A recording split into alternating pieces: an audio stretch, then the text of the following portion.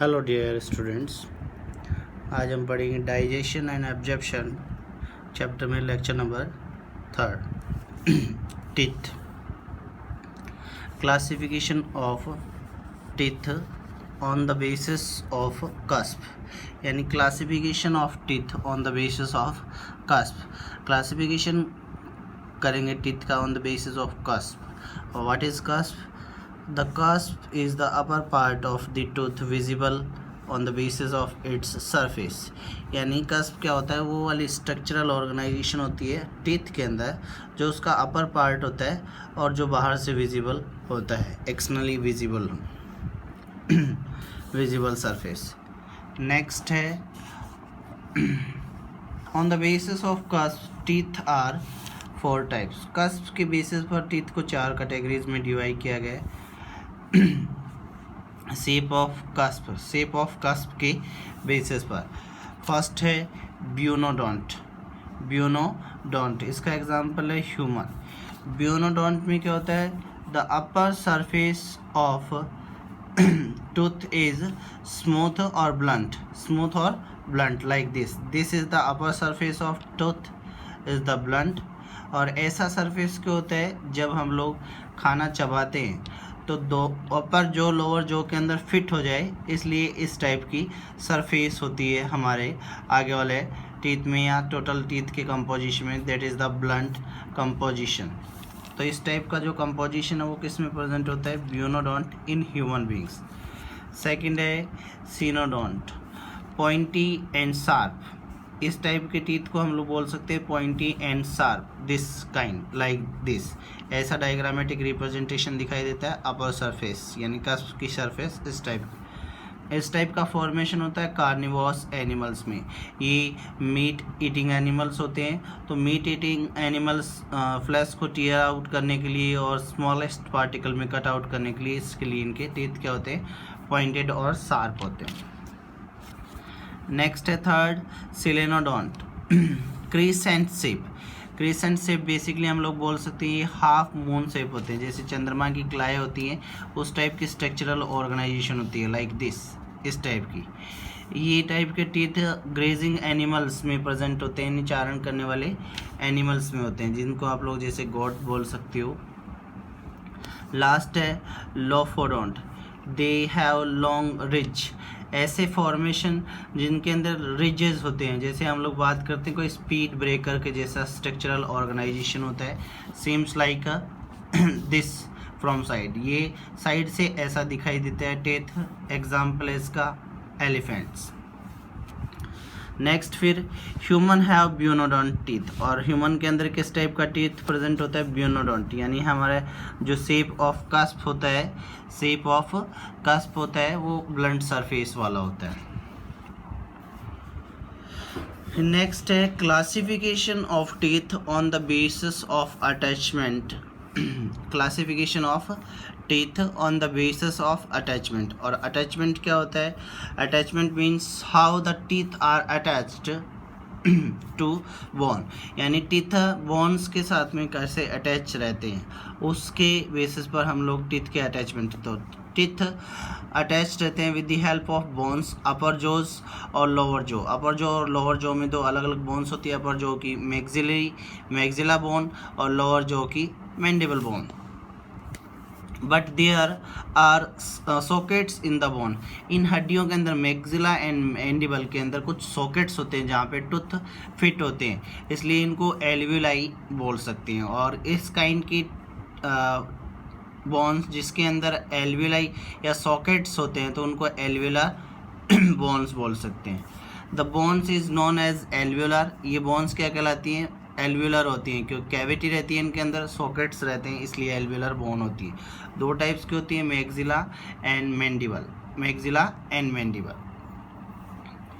तो on the basis of the fitting of teeth in the जो bones या alveolar cavity, teeth are divided in further parts. First है acrodont attachment, यानी ये first type का है acrodont attachment. If the teeth are simply placed over this this surface of bone, यानी क्या बात कर सकते हो, लूज अटैचमेंट होता है एक टाइप का। मान लिया जाए कोई टूथ है, वो स्पेसिफिक किसी बोन के अपर सरफेस के ऊपर लूजली अटैच्ड होता है, तो उसको हम लोग एक्रोडोंट फॉर्मेशन बोलते हैं। तो दिस इज द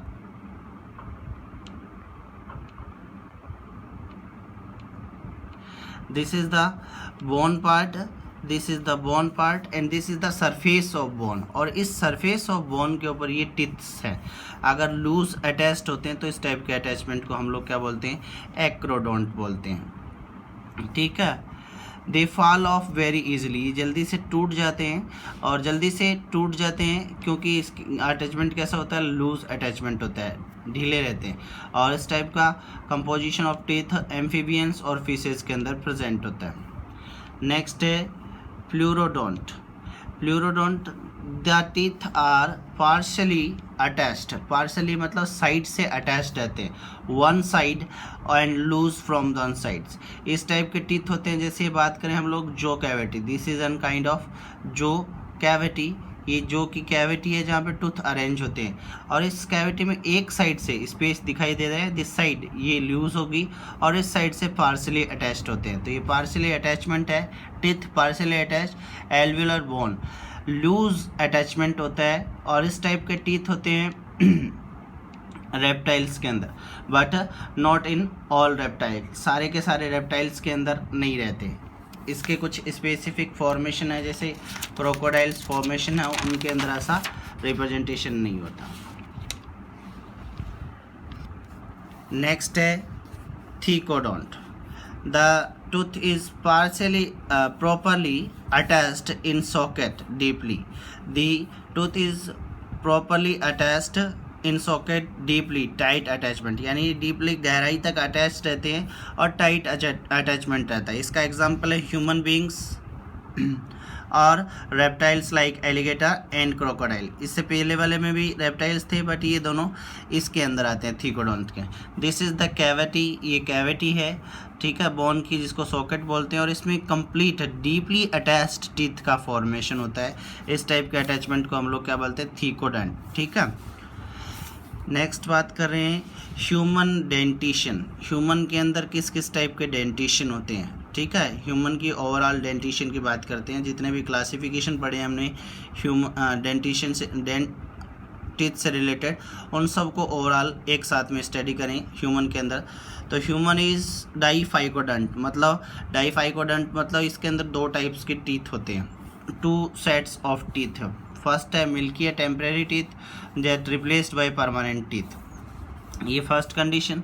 दूसरा हिट्रोडेंट, ह्यूमन बींग्स के अंदर डिफरेंट टाइप्स की शेप के टीथ प्रेजेंट होता है, different shape of teeth that are incisor, canine, premolar और मोलर। तो ये चार टाइप्स के होते हैं। आगे वाले जो फ्रंट टीथ होते हैं वो इंसिजर, फिर उसके बाद में कैनाइन, फिर उसके बाद में प्रीमोलर एंड देन मोलर। तो ये हिट्रोडेंटिशन हो गया। तो ह्यूमन। थर्ड है ब्यूनोडोंट।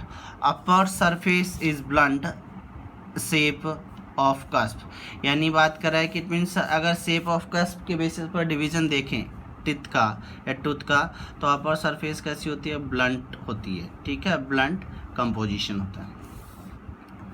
नेक्स्ट है thecodont, deeply placed in socket of bone, deeply placed in socket of bone. ये कुछ स्पेसिफिक फॉर्मेशंस हैं जिनके बेसिस पर हम लोग क्या लिख सकते हैं कि ह्यूमन बॉडी के अंदर ये कंपोजिशन होता है। डाईहाइकोडेंट, दो टाइप्स के टीथ सेट्स होते हैं। हेट्रोडेंट, अलग अलग टीथ प्रेजेंट होते हैं। और ब्यूनोडोंट, अपर सरफेस ब्लंट होती है। और थीकोडोंट मीन्स क्या बात कर, डीपली प्लेस्ड होते हैं। फिर एक और फॉर्मेशन, एक टर्म दी गई है डाइएस्टिमा। डाइएस्टिमा का मतलब होता है एक गैप बिटवीन टीथ, दांतों के बीच में गैप। हर्बीवोरस में ऐसा प्रेजेंट होता है। इसका एग्जांपल है रैबिट।